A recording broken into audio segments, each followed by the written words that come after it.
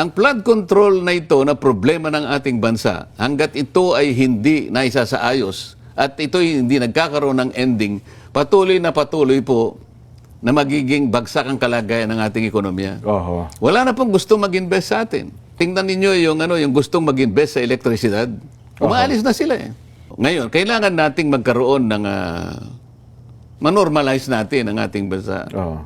At ito ang pinaka hinihintay ng ating mga mamamayan. Magkaroon ng ending itong naganap na pinaka-malawak, pinaka-maanomalya na pagnanakaw sa salaping bayan dyan. Ayaw ba nilang magbigay ng deklarasyon ngayon? Dito magsisimula ang tinatawag po natin na pagtatrabaho. Kung walang magpapasya sa kanila na simulan na natin ang pagtatrabaho. Yun ang simula na sana ang makita ng taong bayan. Kasi ang problema na kinasasangkutan natin, napakalaki ng kaugnayan dito. Nawalan na ng tiwala ang taong bayan ng dahil dito. Nawalan ng tiwala pati yung mga kapital, pati investor, lahat. Bumagsak ang ekonomiya dahil doon. Bakit hindi yun ang unahin mo?